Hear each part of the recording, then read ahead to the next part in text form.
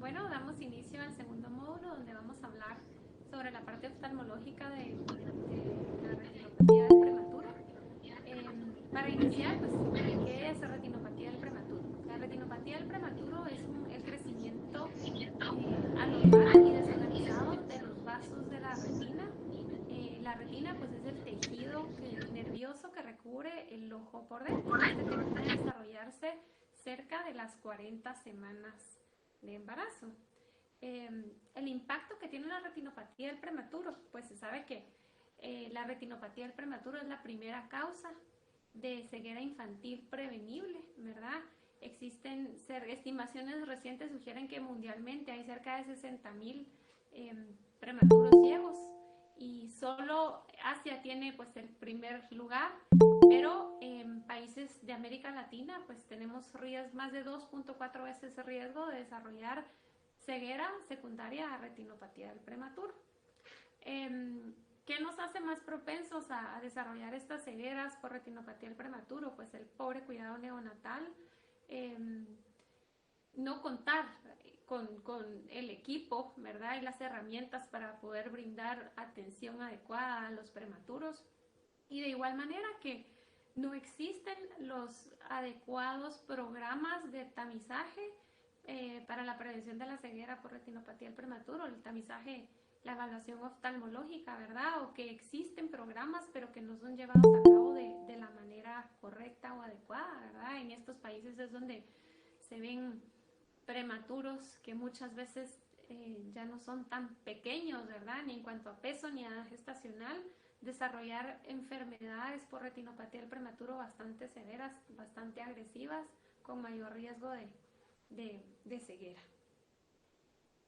Han habido 3 grandes epidemias por retinopatía del prematuro, la primera cerca de los años 40-50 en Estados Unidos y países de Europa occidental, donde se empezó a usar el oxígeno al 100%, ¿verdad? No, oxígeno no controlado. Luego, pues la segunda epidemia siempre en estos países, ¿verdad? Países industrializados, Estados Unidos, Europa, donde ya se vio pues una mayor sobrevivencia de infantes prematuros, ¿verdad? Ya cerca en los años 90 pues ya fue que se inició con el tratamiento, ¿verdad? Se describió primero el CryoRock, donde el tratamiento de elección era con crioterapia o con frío, ¿verdad? Y luego pues ya se aprobó el tratamiento con láser, ¿verdad? Que actualmente sigue siendo el estándar de oro para el tratamiento de retinopatía del prematuro. Cerca de los años 90, cuando ya fue aprobado el tratamiento con láser, inicia la tercera gran epidemia y en la cual todavía, pues 30 años después seguimos, ¿verdad? Que inició generalmente en países de América Latina, inicialmente, ¿verdad? Luego Asia y actualmente en países de África y también en países de América Latina, sobre todo pues en áreas rurales, digamos, donde no se cuenta con tratamientos o programas de tamizaje para retinopatía del prematuro y como mencionábamos, donde el cuidado neonatal todavía no es el adecuado. Solo la mitad de los pacientes con una retinopatía del prematuro en el mundo recibió su tratamiento de manera adecuada y temprana. Solo la mitad de estos y 60% de los pacientes que acuden a escuelas para ciegos fueron pacientes que desarrollaron retinopatía del prematuro y no fueron tratados y por lo tanto quedaron ciegos. Bueno, ¿cómo es el desarrollo de los vasos de la retina? La retina inicia su desarrollo cerca de la semana 16, cuando empieza con la formación del feto. Cerca de la semana 16 empiezan a desarrollarse los vasos a partir del nervio óptico y estos empiezan a crecer hacia la periferia, ¿verdad? Cerca de la semana 30, al final de la semana 36 termina de desarrollarse los vasos en la retina del lado nasal y cerca de la semana 40 a 42 termina de desarrollarse los vasos en la retina temporal, la ora serrata, que es el área pues, más periférica de la retina. En estas fotografías podemos ver en la fotografía de arriba cómo se observa una inmadurez de la retina, que es lo que evaluamos mediante oftalmoscopía indirecta, ¿verdad? O pues otros métodos de telemedicina, si así es la manera en la que se están realizando el tamizaje. Y en la fotografía de abajo que se puede evaluar pues una vascularización completa de la retina, que como mencionamos, esto se va a encontrar cerca de las 40 semanas de gestación. ¿Quiénes están en riesgo? Pues primero, como su nombre lo dice, están en riesgo todos los bebés prematuros, ¿verdad? Este es el requisito indispensable para que pueda desarrollarse una retinopatía del prematuro. Hay factores muy importantes además de esto, como el bajo peso al nacer, ¿verdad? Es un factor de riesgo bastante importante. Y además el uso de oxígeno, que se ha demostrado a través del tiempo que es el factor pues, más importante que interviene en el desarrollo de la retinopatía del prematuro. Hay muchos otros factores de riesgo asociados y generalmente estos van de la mano con los cuidados neonatales deficientes, ¿verdad? El uso de transfusiones, esteroides postnatales, que haya un deficiente aumento del peso postnatal, pacientes que han desarrollado, que desarrollan apnea, sepsis, el uso de surfactantes, la genética también juega un papel bastante importante, el sexo masculino, ¿verdad? Es un factor importante en el desarrollo de retinopatía del prematuro. El papel que juega el oxígeno entonces en la retinopatía del prematuro, sabiendo que este pues es el factor de riesgo digamos más importante, fuera de tomando en cuenta que tiene que ser un bebé prematuro como el requisito indispensable, ¿verdad? Se sabe que intraútero el ambiente son condiciones de hipoxia, ¿verdad? En las condiciones para que haya el desarrollo normal de la retina, pues vamos a tener una presión arterial de oxígeno intraútero de 24 a 40 milímetros de mercurio. La saturación de oxígeno a este nivel es de 65 al 80%. Y pues este es el sitio y ambiente de desarrollo, remodelación y diferenciación de los vasos retinales normales. ¿Cómo es que se desarrolla la retinopatía del prematuro? La retina pues es el tejido que percibe la luz y se encuentra en la parte interna del ojo. Es una red compleja de fotorreceptores y células neuronales. En ojos sanos, cuando la luz entra al ojo, las células retinales convierten la luz en impulsos eléctricos que viajan por el nervio óptico hacia estructuras en el cerebro donde se interpretan las imágenes. Mientras las estructuras retinales continúan en la diferenciación y maduración, comienzan a requerir oxígeno. Esto estimula el crecimiento de los vasos sanguíneos para empezar a crecer hacia la periferia desde el nervio óptico, cerca de las 12 a las 14 semanas de gestación. El desarrollo de estos nuevos vasos se estimula y se controla por factores de crecimiento. Algunos de estos pues, son producidos por la madre y otros son producidos en la retina por el ojo del bebé, como lo es el factor de crecimiento endotelial vascular o el VEGF. Los vasos completan su crecimiento y alcanzan la hora serrata cerca del término, o sea, las 40 semanas de gestación, y proveen los nutrientes y el oxígeno requerido por la retina para poder funcionar. Los bebés que nacen de manera prematura antes de las 37 semanas de gestación tienen estos vasos de la retina inmadura, por lo que se encuentran en riesgo de desarrollar retinopatía del prematuro.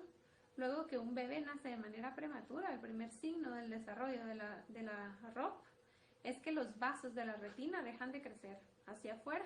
Esto es más probable que pase si el bebé se le brinda mucho oxígeno en las primeras horas, días o semanas de vida, o si existen otros factores de riesgo asociados, como por ejemplo la sepsis. Cuando esto sucede, pues es un signo importante que el ojo en crecimiento se encuentra en hipoxia. El tejido hipóxico estimula la producción de cantidades excesivas de factor de crecimiento endotelial vascular, el cual hace que los vasos retinales crezcan de manera normal, provocando entonces el desarrollo de retinopatía del prematuro, con proliferación anormal de los vasos de la retina, los cuales pues son frágiles, sangran muy fácil y crecen en diferentes direcciones. La ROP se desarrolla en el límite entre la retina vascular y la retina avascular en el área periférica. En cuanto a los mecanismos fisiopatológicos, se sabe que hay dos grandes mecanismos implicados en el desarrollo de la retinopatía del prematuro. La primera es que niveles altos de oxígeno en sangre causan lesiones oxidativas en el endotelio de la retina en desarrollo y por lo mismo pues esto lleva a muerte celular, ¿verdad? Y pérdida de vasos de la retina.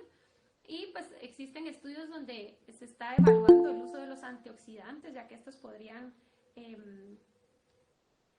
ser pues factores protectores para el desarrollo y la progresión de una retinopatía del prematuro. Y la segunda gran explicación o causa, digamos, en la fisiopatología de la retinopatía del prematuro es que se cree que hay una remodelación de los vasos de la retina, pues en respuesta al oxígeno. En el ambiente fetal, como mencionamos, ¿verdad? Las condiciones ideales para que se desarrolle una retina inmadura son condiciones de hipoxia, y bajo este ambiente se segregan niveles fisiológicos de factor de crecimiento endotelial vascular y otros factores de crecimiento, como el factor de crecimiento parecido a la insulina, ¿verdad? Al nacer de manera prematura, independientemente si este paciente requirió o no oxígeno, se encuentra en condiciones de hiperoxia, ¿verdad? Estas condiciones, esta hiperoxia causa una vasoobliteración, ¿verdad? Es decir, que los vasos se cierren, ¿verdad? Y al causarse esta vasoobliteración, pues va a haber una disminución de estos factores del crecimiento, como el VEGF, ¿verdad? Que es el que se ha visto en mayor relación con el desarrollo de la retinopatía del prematuro, pero también otros factores como el factor de crecimiento parecido a la insulina. Por secundaria a esta disminución de estos factores y la vasoobliteración que se causa, pues van a haber cambios en la retina donde se evidencia pues esta isquemia en la retina, ¿verdad? Y lo que produce como un efecto en rebote con aumento de estos factores que causa pues la formación de shunts de vasos, signos de isquemia como arborización de estos mismos vasos, o que haya como mayor ramificación de los vasos en la periferia, y general todos estos cambios que se dan, tortuosidad y dilatación vascular también, y generalmente estos cambios que se dan en la retina pues se van a dar entre el área que divide la retina ya formada de la retina avascular, ¿verdad? El 90% de los prematuros que desarrollan estos cambios, 80% generalmente van a tener una regresión de manera espontánea, ¿verdad? Y logrando obtener nuevamente niveles fisiológicos de factor de crecimiento endotelial vascular y regresión de la enfermedad. Pero hay un 20% de los pacientes que puede progresar y ocasionar pues la formación de vasos anormales o neovascularización de la retina, generando tracción en la retina ya formada, lo que puede ocasionar un desprendimiento de retina y ceguera de manera irreversible. Bueno, más allá de lo que se conoce en fisiopatología y los cambios de los vasos en la retina, pues se sabe que sí se inducen cambios en esta misma retinopatía en cuanto a grosor de las capas de la retina, pacientes que fueron sometidos a cambios muy bruscos en cuanto al uso de oxígeno. Estos pues han sido estudios experimentales que se hicieron con ratas albinas, donde se variaba el oxígeno de 50 a 10, 50 a 10 durante 14 días. En estos pues se vieron que estos pacientes, a diferencia de los controles en que no fueron expuestos a oxígeno, y las ratas donde fueron expuestos 14 días a un mismo nivel de oxígeno, 75%, pues los que tuvieron variaciones bruscas de los niveles de oxígeno desarrollaron cambios más severos en cuanto a grosor de la retina, ¿verdad? Y de igual manera, en cuanto a la respuesta que presentaron estos pacientes a nivel de a estímulos visuales, ¿verdad? Respuestas de las células neuronales. Entonces, pues, de igual manera queda demostrado que es importante, si el paciente requiere el uso de oxígeno, que este sea de una manera controlada y estar evitando pues los cambios bruscos en el uso de oxígeno. En cuanto a la clasificación de la retinopatía del prematuro, la clasificación internacional de la ROP divide a la retina según su localización, según su extensión y según su estadificación. En cuanto a localización, la zona 1 de la enfermedad abarca el nervio óptico y 2 veces la distancia que existe desde el nervio hacia la mácula. Esto es lo que abarca la zona 1, y es lo que inicia el desarrollo de la retina, y cuando vemos retinopatías a este nivel, pues sabemos que eso van a ser retinopatías mucho más agresivas, ¿verdad? La zona 2 de la enfermedad abarca un semicírculo terminando en la retina nasal, ¿verdad? Que como hablábamos, llega a desarrollarse hasta el final de la semana 36. Y la zona 3 abarca esa semiluna de lo que queda desde el final de la zona 2 hasta la periferia o la zona o la hora serrata de la retina temporal. En cuanto a la extensión, pues cuando uno evalúa a un paciente y encuentra los hallazgos de retinopatía del prematuro, sirve para ubicarse en dónde está ubicada la enfermedad, guiándonos en base a las horas del reloj, siguiendo la circunferencia de la retina, y así podemos medir la extensión de la enfermedad. En cuanto a severidad, vamos a hablar de estadios de la enfermedad. El estadio 1 abarca una línea de marcación que divide el área de retina ya formada o retina vascular de la retina avascular. Se forma una línea que divide es una línea plana, blanca.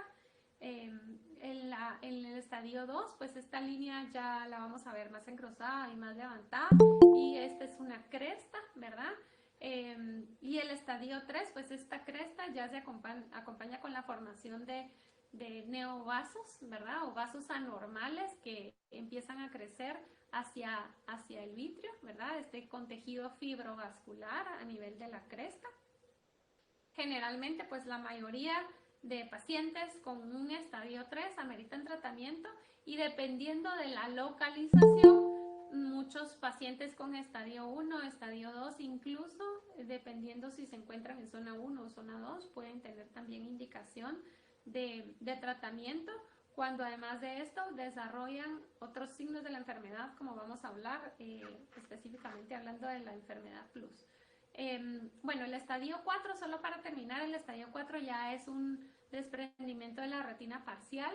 El estadio 4 se divide en estadio 4A y estadio 4B. Estadio 4A cuando es un desprendimiento parcial que no involucra la mácula, que es el área de visión central de la retina, el área más importante, porque es el área con el que enfocamos. Y un estadio 4B es un desprendimiento parcial con desprendimiento del área de la mácula, lo que pues una vez desprendido, pues ya disminuye las probabilidades o el pronóstico visual del paciente. Estos pacientes, pues el tratamiento, el pronóstico ya es un poco más reservado, pero todavía puede ofrecérseles tratamiento, ¿verdad? Y un estadio 5 es un desprendimiento de retina total en embudo, puede ser estadio 5A o 5E. 5A es un embudo abierto, 5B es un embudo cerrado, ambos son de mal pronóstico porque ya es una retina que se desprende por completo y se pliega.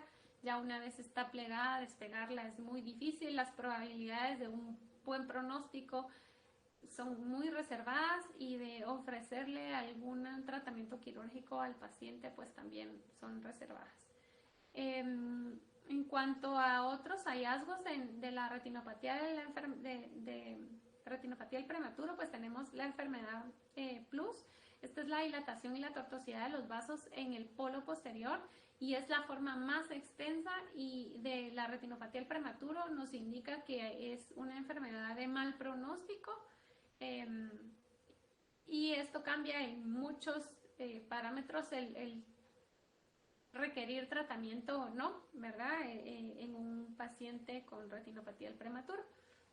La retinopatía del prematuro agresiva posterior, como su nombre lo indica, es una enfermedad bastante agresiva que se desarrolla en el polo posterior, o sea, zona 1, ¿verdad? O zona 2 posterior, y generalmente son retinopatías que avanzan de manera muy rápido, que no respetan estadios ni tiempos, y que ameritan un tratamiento de manera agresiva, ¿verdad? Muchas veces no responden también al láser, y estos pacientes pues pueden ser aptos a otros tipos de tratamientos, como el uso de antiangiogénicos. Muchas gracias.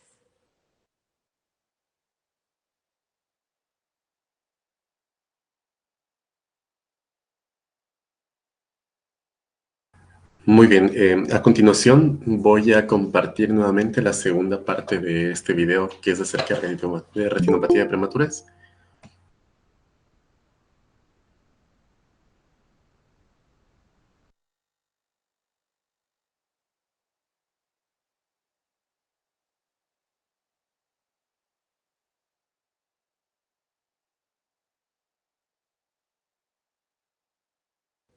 En este segundo video hablaremos en cuanto a la evaluación, el seguimiento y las opciones de tratamiento que existen en el desarrollo de la retinopatía del prematuro. A continuación les mostraré un video en donde hablamos de cuál es la manera adecuada para realizar la evaluación de los bebés prematuros. Inicialmente pues debemos recordar que todos es muy importante el trabajo en equipo. De nada sirve que llegue el oftalmólogo a evaluar a los pacientes que se encuentran en el servicio si se nos están escapando muchos bebés porque fueron egresados un par de días antes y son bebés que no los vimos cuando tenían que ser evaluados o no son citados para su evaluación en consulta externa. Es muy importante entonces, como recalco, el trabajo en equipo, ¿verdad? Idealmente deberíamos de tener un equipo de involucrados. El papel de la enfermera neonatal es un papel clave para que este programa tenga éxito. Una enfermera involucrada, encargada del programa que junto con el apoyo del neonatólogo, el equipo de pediatras del área neonatal, desde el momento que el paciente prematuro nace, puede hacer el listado de las pacientes que cumplen los criterios según las guías nacionales para la prevención de la ceguera por retinopatía del prematuro, tomando en cuenta que estas guías debemos tamizar a cualquier prematuro menor de 36 semanas y menor de 2.000 gramos de peso al nacer a las 4 semanas de vida.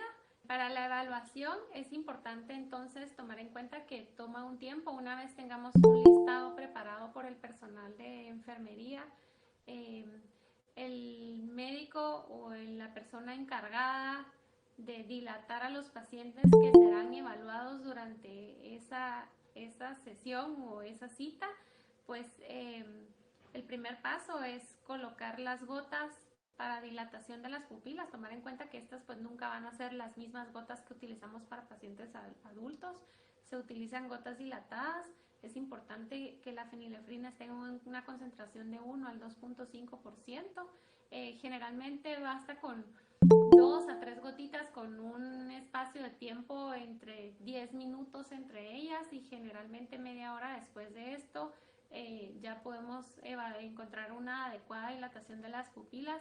Es importante que el médico o la persona encargada, el oftalmólogo, la persona encargada de la evaluación, si en el momento de la evaluación encuentra que uno de estos pacientes o uno de estos prematuros no cuenta con una adecuada dilatación, pues insista en esto, ¿verdad? Que nuevamente vuelva a colocar las gotas y no retrasemos la evaluación para una semana después, porque puede ser que no esté presentando una adecuada dilatación por presentar una enfermedad agresiva y por presentar neovascularización de la retina que podría indicar por qué no hay dilatación de las pupilas. Entonces, insistir en realizar la evaluación a todos los pacientes que lo ameriten.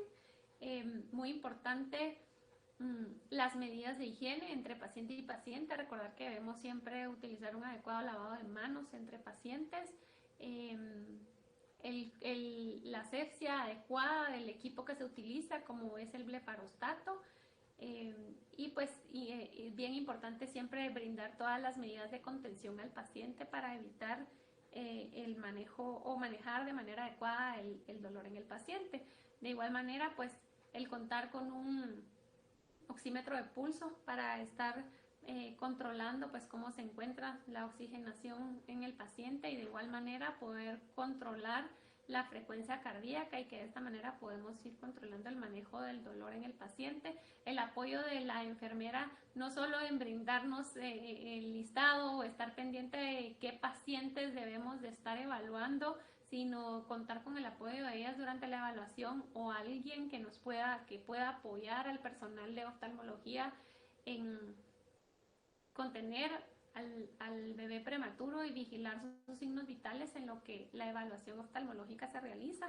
Luego de pues ya tener una adecuada dilatación de las pupilas, se coloca tetracaína tópica, ¿verdad? Que es el anestésico tópico para realizar la evaluación. Generalmente se utiliza un blefarostato. Este es pues digamos un tipo de alambre especial o clip especial que lo que hace es abrir los párpados para lograr una adecuada abertura de los párpados. Hay algunos oftalmólogos que pueden realizarlo sin la utilización de esto, pero en general para lograr una adecuada abertura y tener una mejor exposición, se recomienda pues la utilización del blefarostato, ¿verdad? Siempre es importante tener un orden a la hora de la evaluación. Se recomienda siempre iniciar por el ojo derecho, luego pasarnos al ojo izquierdo, iniciar evaluando polo posterior, luego retina nasal, luego retina temporal y superior e inferior, siempre llevar un orden y recordar que al finalizar pues el trabajo del oftalmólogo no consiste solo en realizar la evaluación, es su papel clave anotar todos los hallazgos que encuentre, ¿verdad? Y la toma de decisiones en cuanto a cuál será el seguimiento de este paciente, si es un paciente que necesita una nueva evaluación, si es un paciente que podemos dar de alta, si encontramos pues una evaluación completamente normal y una retina completamente vascularizada, o si es un paciente que amerita tratamiento. Debe de existir una muy buena comunicación entre el personal médico de neonatología, el personal de enfermería, con el médico oftalmólogo, para coordinar en caso un paciente amerite tratamiento, de qué manera se hará, si se hará en el servicio, si el paciente amerita ser trasladado, y de igual manera involucrarse en siempre tomar en cuenta a los padres, idealmente comentarles cuando vaya a realizarse una evaluación oftalmológica, un tamizaje para retinopatía del prematuro, qué hallazgos encontramos. Es importante involucrar a los padres, ya que esta es una enfermedad que no vemos, ¿verdad? No vemos sino hasta que ya deja secuelas muy graves. Es importante involucrar y concientizar a los padres para que ellos se involucren si el paciente va a ser dado alta y que sepan la importancia de regresar a su seguimiento en la consulta externa.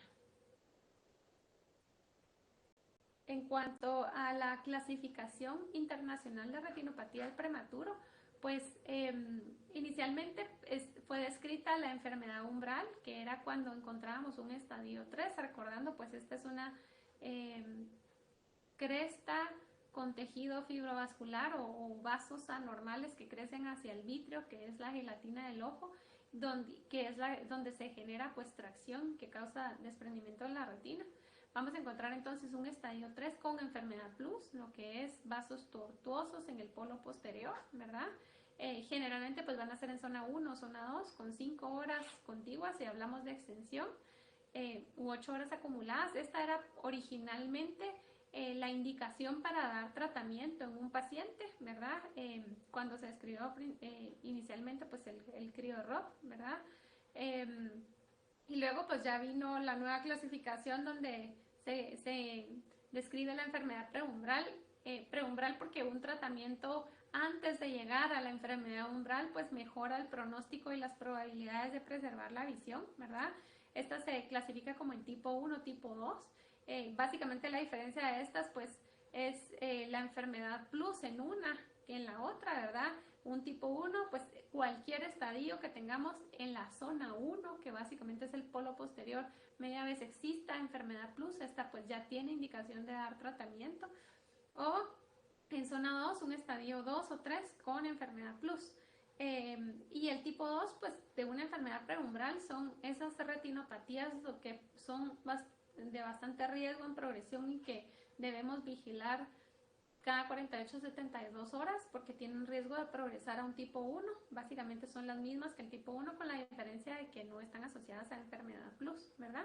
¿Qué es la enfermedad plus? Recordando, pues es la tortuosidad y la dilatación de los vasos a nivel de la retina en el polo posterior y que tomando en cuenta que este pues es un signo de muy mal pronóstico, ¿verdad? Y que nos orienta a que debemos ser un poquito más agresivos en la toma de decisión para brindar tratamiento cuando lo encontremos, ¿verdad? Pues esta tabla nos orienta a cuándo, como oftalmólogos, tomar la decisión a qué seguimiento dar y cuándo indicar tratamiento, ¿verdad? Eh, Realizar examen en 2 semanas cuando tenemos 2, incluso 3 semanas cuando tenemos inmadurez de la retina, o por ejemplo estadios 2 leves, ¿verdad? Estadio 2 o estadio 1 leve, podemos evaluarlo en una semana, ¿verdad? Y ser un poquito, vigilar un poquito más estrechos cuando es un tipo 2 o enfermedad preumbral, ¿verdad? Que deberíamos estarlo evaluando cada 3 días por el riesgo de progresión a un tipo 1 que amerita tratamiento en 48 a 72 horas, dependiendo de la agresividad de la enfermedad. Incluso una agresividad posterior debemos tratar de no extendernos en el tratamiento por más de 48 horas de hecho el diagnóstico. Hablando en cuanto a la secuencia de eventos que marcan el desarrollo en el tratamiento de la retinopatía del prematuro, pues inicialmente en el año 1942 se describió por primera vez la retinopatía del prematuro y fue descrita y conocida como una fibroplasia retrolental, descrita por Terry, donde se evidenciaron ya los estadios finales de la enfermedad y se encontraba pues ya una retina adherida al cristalino, ¿verdad? Los años 52 y 53, Patz y colaboradores describen el papel importante que juega el oxígeno en el desarrollo de la enfermedad, ¿verdad? Eh, a partir de ahí, que es cerca cuando generalmente pues empiezan de la primera gran epidemia de retinopatía del prematuro, ¿verdad? Por estas grandes exposiciones a oxígeno pues no monitorizado, ¿verdad? En el 54 la primera gran clasificación del retinopatía del prematuro, ¿verdad? Y este estudio que se hizo en donde se evidenció la relación que existe entre la edad gestacional y el desarrollo de retinopatías más severas, ¿verdad? Se demostró que a menor edad gestacional, mayor el riesgo de desarrollar retinopatías del prematuro que ameritaban tratamiento, como retinopatías umbrales, ¿verdad? Luego, pues en el año 58 se publicó el CryoRob, donde fue aprobado el tratamiento con crioablación, ¿verdad? Básicamente congelar y destruir áreas de la retina vascular o retina no desarrollada para disminuir pues los requerimientos del factor de crecimiento endotelial vascular, ¿verdad? Luego, en el año 1994, se publicó el láser ROC, que fue pues un metaanálisis que demostró que el láser es un tratamiento tan efectivo como la crioablación, con la diferencia pues que tiene complicaciones menos severas, ¿verdad?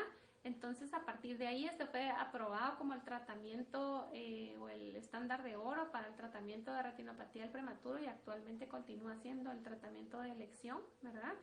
En el 2003 se publicó el Early Treatment for Retinopathy of Prematurity, que fue donde ya se publicó y se dio a conocer pues en la nueva clasificación la enfermedad preumbral, que es lo que hablamos, ¿verdad? Tratar antes, mejorar el pronóstico en ciertas retinopatías del prematuro, ¿verdad? Y en el 2011 se publicó el BITROP, este demostró la efectividad de un antiogénico, específicamente comparó el bevacizumab de uso intravítreo contra el láser. Demostró que este es tan efectivo, igual de efectivo que el láser para retinopatías en zonas 2 posteriores, ¿verdad? Y demostró mayor efectividad en cuanto al tratamiento y la regresión de la enfermedad para retinopatías en zona 1. Sin embargo, pues se sabe que el bevacizumab es un antiangiogénico que no está aprobado por la FDA para uso intraocular y pues debe de ser tomado en cuenta siempre, y sobre todo porque se sabe que puede afectar el desarrollo de los vasos no solo de la retina, sino en el desarrollo del cerebro, el desarrollo de los riñones, y que debe ser tomado en cuenta, y si debe ser utilizado, debe ser de manera pues con mucha precaución. En estas fotografías pues podemos ver tratamiento con una sonda de crioablación, ¿verdad? Básicamente se daba en todo el área de retina avascular. Y en esta otra, pues, cómo se realiza el tratamiento con láser. Idealmente, pues, para esto sí debe realizarse bajo anestesia general. El tratamiento con láser es un procedimiento que puede ser un poco extenso. La curva de aprendizaje, pues, también lleva su tiempo. Es muy importante que sea un láser extenso en todo el área de retina avascular, porque si quedan áreas de retina avascular sin láser, esta puede ser predisponer a que la enfermedad progrese, ¿verdad? Entonces, pues sí, puede ser un procedimiento un poco largo, pues, que tiene una curva de aprendizaje un poquito más larga, pero es un tratamiento bastante efectivo, ¿verdad? Se da solo en el área de retina vascular. Puede utilizarse el láser diodo, que es el láser infrarrojo, o el láser verde. Ambos pues, están indicados para el tratamiento de ROP, ¿verdad? Y pues actualmente pues es el estándar de oro para el tratamiento. ¿Cuál es la desventaja del láser? Aparte de que es un tratamiento que lleva su curva de aprendizaje, como hablábamos, ¿verdad? Pues este va a ablacionar la retina, el área de retina que no se ha desarrollado. Eso quiere decir que estamos destruyendo una parte del ojo que falta en desarrollarse, y al hacer esto, porque es un proceso destructivo, porque es la manera que logramos inhibir la producción de este factor de crecimiento endotelial vascular. Otras opciones de tratamiento, pues se han publicado cientos de estudios en cuanto al uso de los antiangiogénicos intravítreos, ¿verdad? Inicialmente pues se demostró en el BIT-ROP, ¿verdad? Este estudio multicéntrico que se realizó en más de 14 hospitales en Estados Unidos, comparando el uso del bevacizumab intravítreo para enfermedades en polo posterior y en zona, es decir, en zona 1 o zona 2 posterior, ¿verdad? Y como mencioné anteriormente, pues se evidenció que era tan efectivo como el láser para enfermedades en zona 2 posterior, e incluso mejores resultados en cuanto a la regresión para enfermedades en zona 1.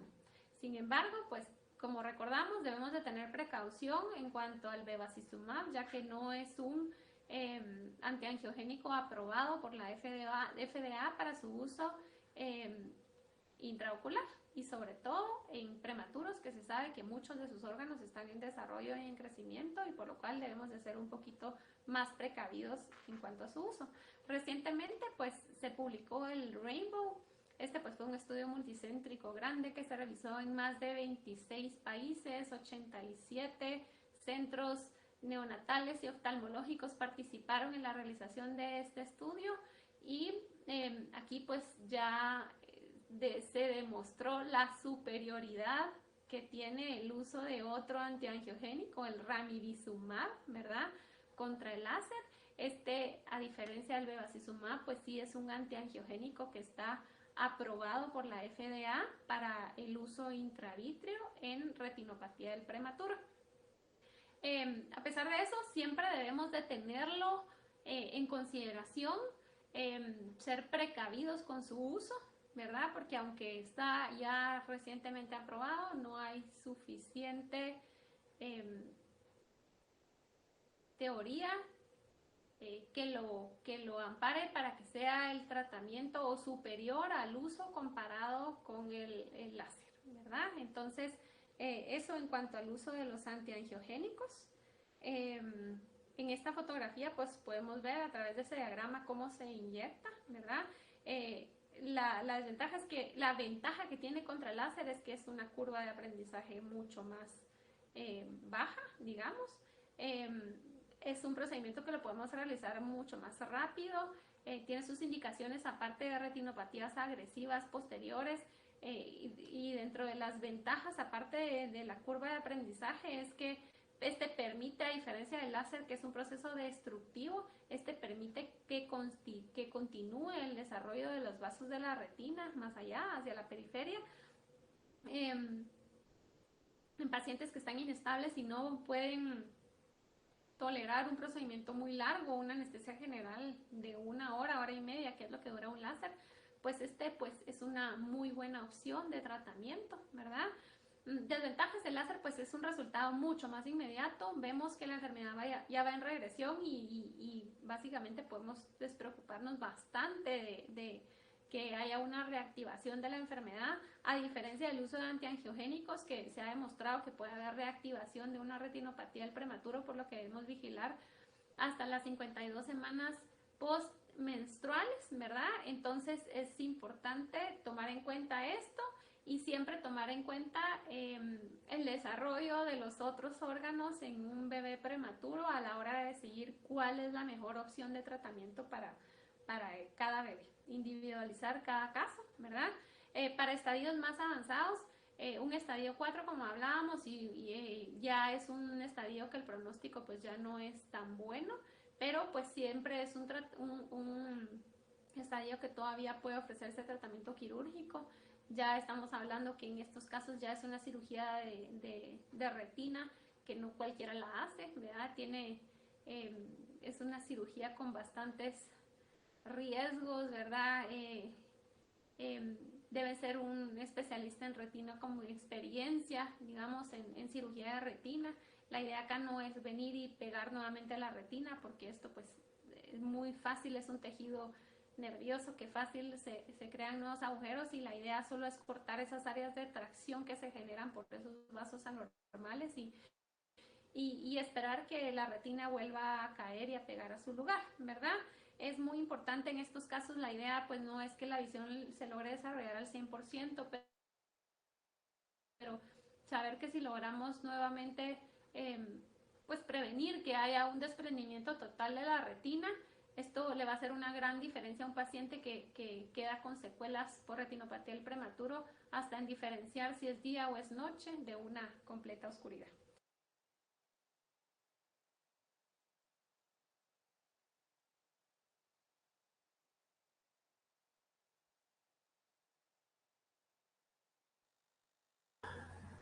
Bueno, ese sería básicamente el contenido que teníamos para compartirles el día de hoy al respecto de la retinopatía de prematurez. Solo tal vez a manera de compendio, tal vez hacer énfasis un poco en los criterios de tamizaje para ROP, que es creo que lo que más nos atañe pues como pediatras. Y es recordar el criterio de inclusión de que el paciente debe tener una edad gestacional al momento de nacer menor a 37 semanas. Sí, eso es importantísimo. A veces solo nos refieren a un paciente porque utilizó oxígeno durante un par de semanas, pero nació de 38 semanas, pesa 2.300 gramos y lo envían para tamizaje de ROP. Entonces, ahí el criterio no está bien aplicado, ¿sí? La condición sine qua non que debe haber es que tenga el paciente al menos una edad gestacional menor a 37 semanas. El otro criterio que no es excluyente al de la edad gestacional es el del peso al nacer. Como mencionó la doctora en el video, un peso menor a 2.000 gramos al momento de nacimiento es otro criterio de inclusión para considerar ROP. ¿Qué pasa si el paciente nació de 38 semanas en teoría, pero tiene, por ejemplo, 1.500 gramos? Pues igual lo incluimos, porque es más fácil que a veces las mamás tengan un error en el cálculo o un defecto en la estimación de la edad gestacional y que ese bebé realmente tenga menos semanas de las que la madre estima, pero el peso nos orienta un poco a pensar en que él puede tener todavía un retraso de su desarrollo retiniano normal. Finalmente, creo que el tercer criterio que les ayuda mucho en la neonatología, en las unidades de neonatología, quiero decir, es hacer la referencia alrededor de la 4ª semana postnacimiento, es decir, al mes de nacer. ¿Por qué? Porque recuerden, como explicaba la doctora, que la retina no se ha acabado de formar al momento de nacer. La retina nasal se acaba de formar alrededor de la semana 31 o 32 y es el momento en el que podríamos empezar a detectar cambios de retinopatía de prematurez por los cambios en la oxigenación, sobre todo que se produce a nivel retiniano, y la sobreproducción de los factores de crecimiento endotelial vascular que nos comentaba la doctora en el video. Entonces, no sirve de nada que tengamos un paciente que nació, por ejemplo, de 33 semanas, que pesa 1500 gramos y cumple esos criterios y nació anteayer y solicitemos la evaluación para ahora, porque muy probablemente todavía no ha tenido oportunidad su retina de experimentar ese shift de la hiperoxigenación del ambiente o del uso de oxígeno suplementario que genere los cambios vasculares